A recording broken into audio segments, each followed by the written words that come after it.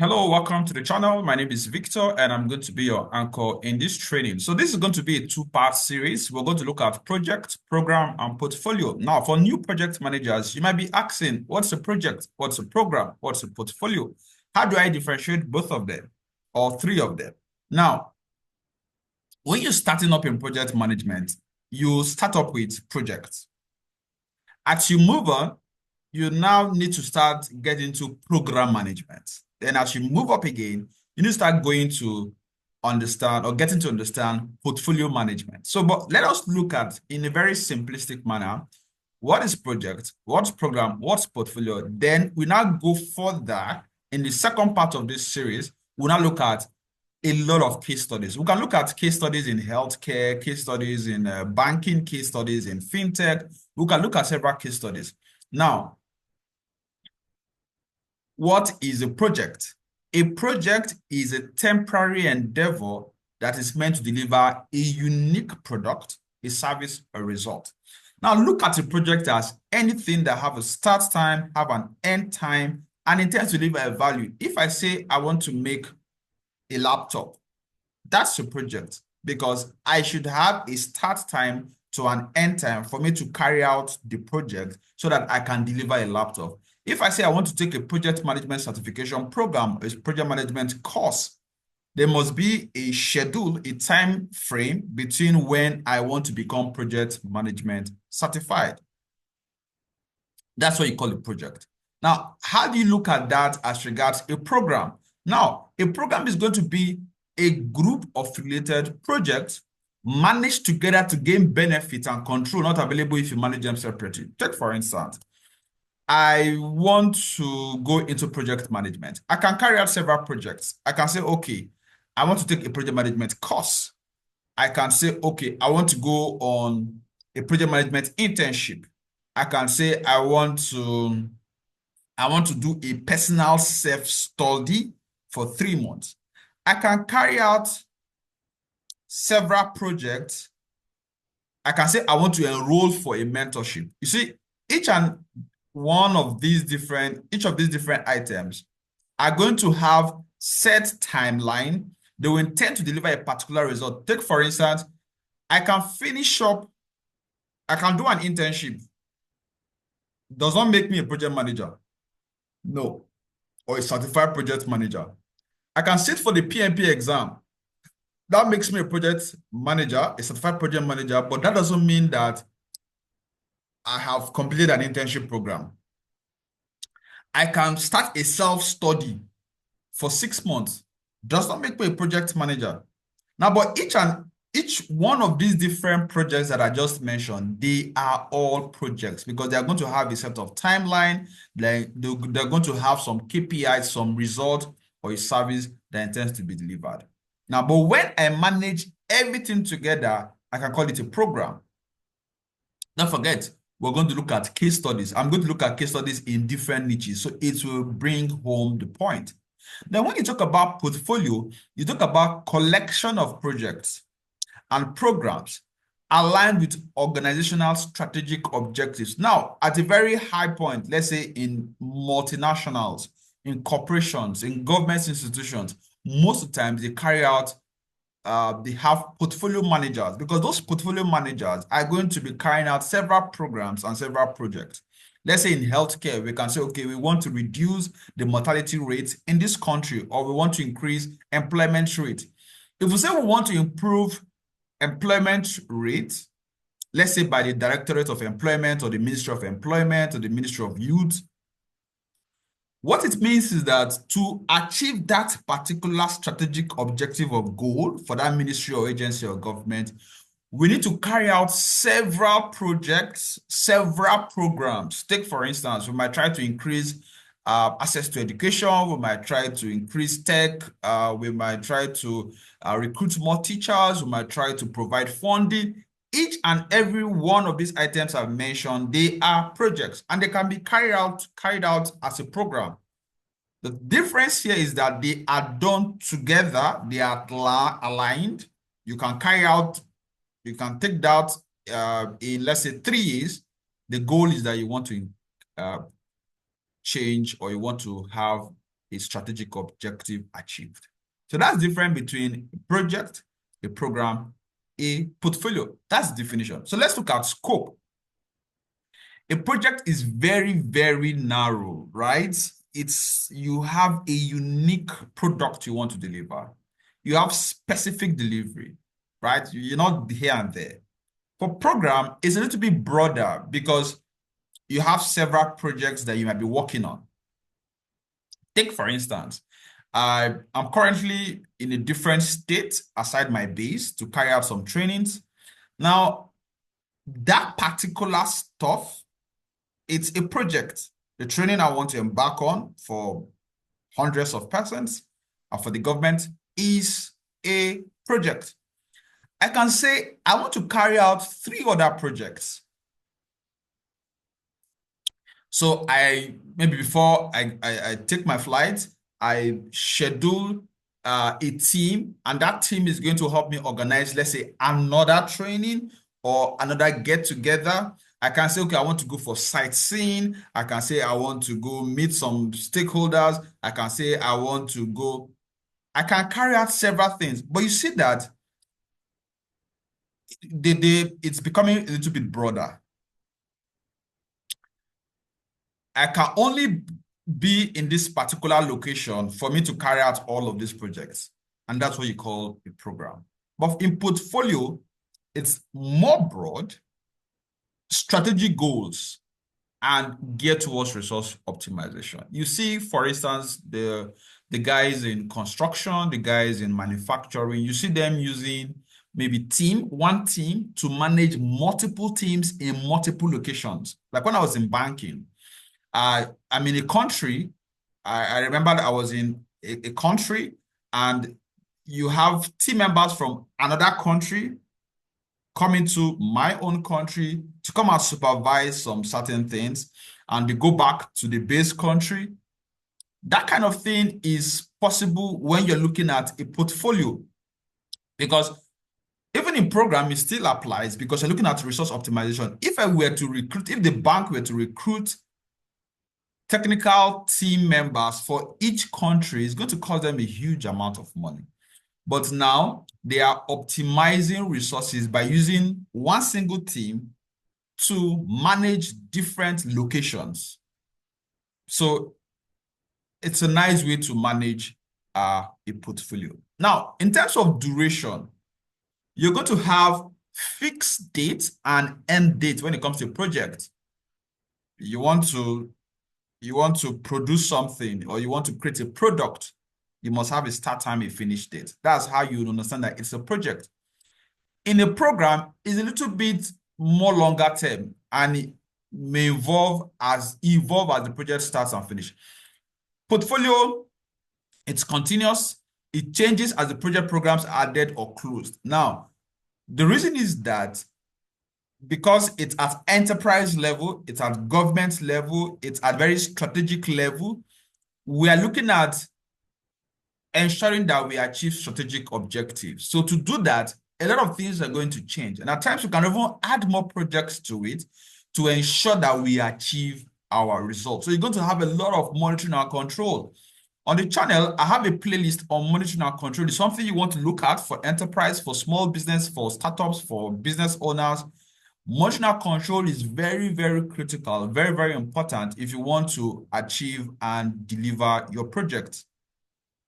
Now, when it comes to focus, it's deliverables and outputs. Build a bridge.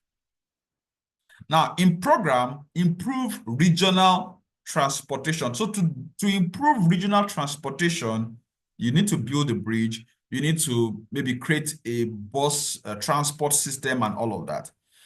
Now, in portfolio, we're looking at strategic alignment and balancing risks and return, because here, stakeholders are involved, team is involved, cost is involved, a lot of resources are involved. So you don't just want to carry out projects because you want to carry out projects. You want to make sure that they align. You see, a lot of countries, for instance, they've signed up to a lot of international agreements and all of that. They have several fundings. They have even challenges with fundings and all of that. So one thing that people at that level, at portfolio level, is going to be thinking about is not just because you want to carry out a project. The question is it going to add up to what their strategic goal or the presidential directive is. So they want to balance risks and they also want to look at returns. In terms of management approach, scope, schedule, cost.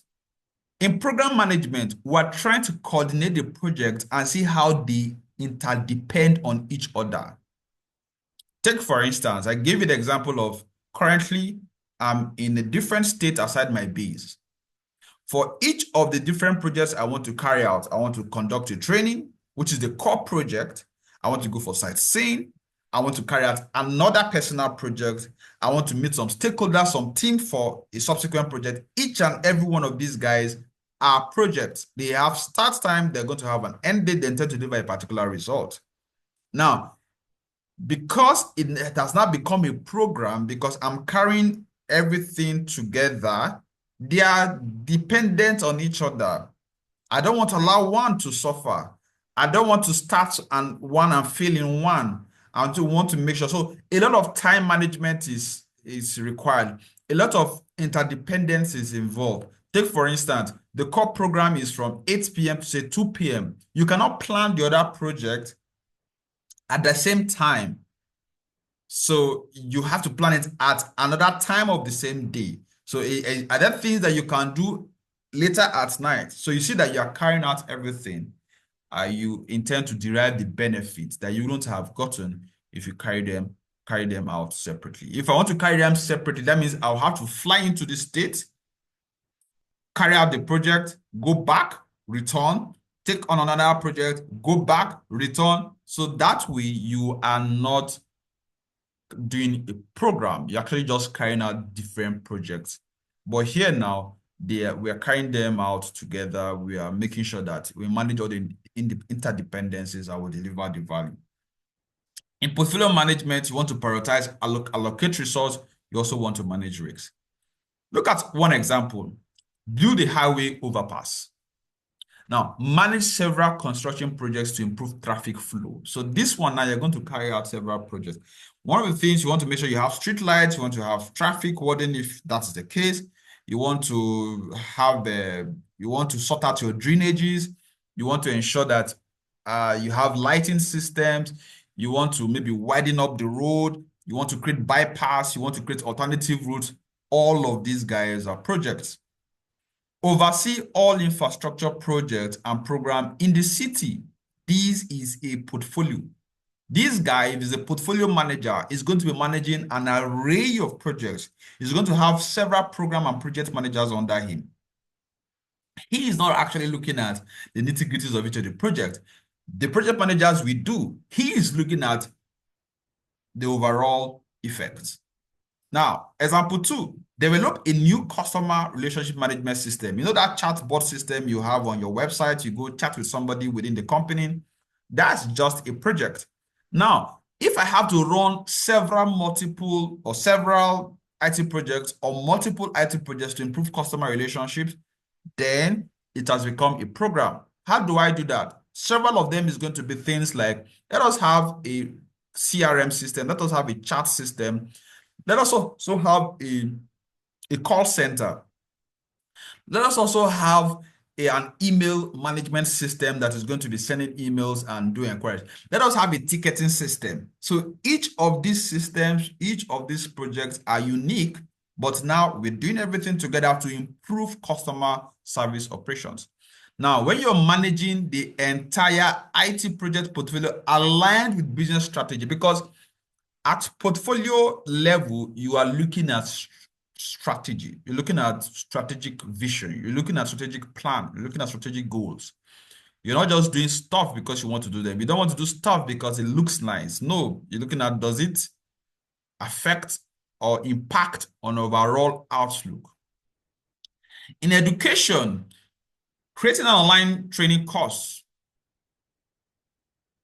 Now, manage multiple training courses to enhance employee skills company-wide. So not just one course, multiple courses. We can run them simultaneously. Like currently internally, we're running some programs for AI-driven programs from two of our partners for our internal teams. Now you have about 10 of our internal teams taking that training. Just last night, I had to check up on them. How you doing? At what level are you in? How are you preparing for the certification program? So we did that for those 10 team members. You have another 3 team members that are also working on another certification. So you are carrying out multiple trainings. Then we have other team members that are being mentored by internal team members. So this is you just carrying out multiple training courses to enhance the employee skills. Because I will tell my team that the skill you have will tell what you're going to contribute to the table. If you're more skilled, you're more relevant. If you're less skilled, you will definitely not contribute much to the team. In portfolio, oversee all learning and development initiatives. So here now, all of the learnings, all of the courses, all of the team members, all of the trainings, all of the certifications, how that impacts the team, how that even affects their current work and their other deliverables. At portfolio, you want to look at that. Now, success criteria. How do you manage success when it comes to a project? Is it on time? Is it on budget? Is it on scope? So I normally say project management is about set of guidelines and principles, processes that can help us deliver projects within the constraints, within budget, time, scope. Then at program level, you want to achieve program benefits, stakeholder satisfaction, right? At program, you're looking at ROI. What's the bottom line? I remember I was taking some students on data analytics. We're looking at reports. And one of the students was asking, why should we have an executive report in a dashboard, for instance, or in a data project or in a research project? And I said, for C-level executives, that is for the chief executive officer, chief financial officer, chief technical officer, chief operating officer, the guys at the C-level, the guys at the top management level, all they're looking at is the bottom line. All they're looking at is the ROI. All they're looking at is the summary. So if I pick up a report, I just check the first 3, 4, 5 lines, 4, 5 lines. So you should have the executive summary at those first 5, 6 lines.